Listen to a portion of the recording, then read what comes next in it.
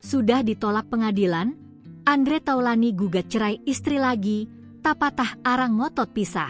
Artis Andre Taulany kembali menggugat cerai istrinya, Rien Wartia Trigina alias Erin.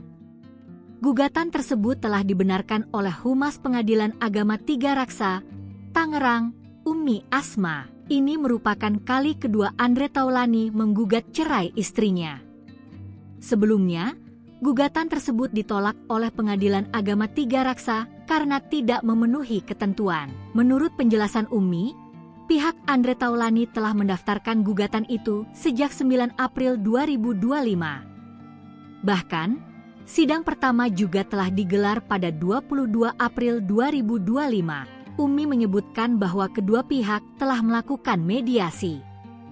Berdasarkan pantauan Sipak Tiga Raksa, mediasi antara Andre dan Erin telah berlangsung pada 29 April. Sebelumnya, gugatan Andre tidak dapat dikabulkan Majelis Hakim Pengadilan Agama Tiga Raksa. Alasannya karena dugaan pertengkaran terus-menerus tak terbukti.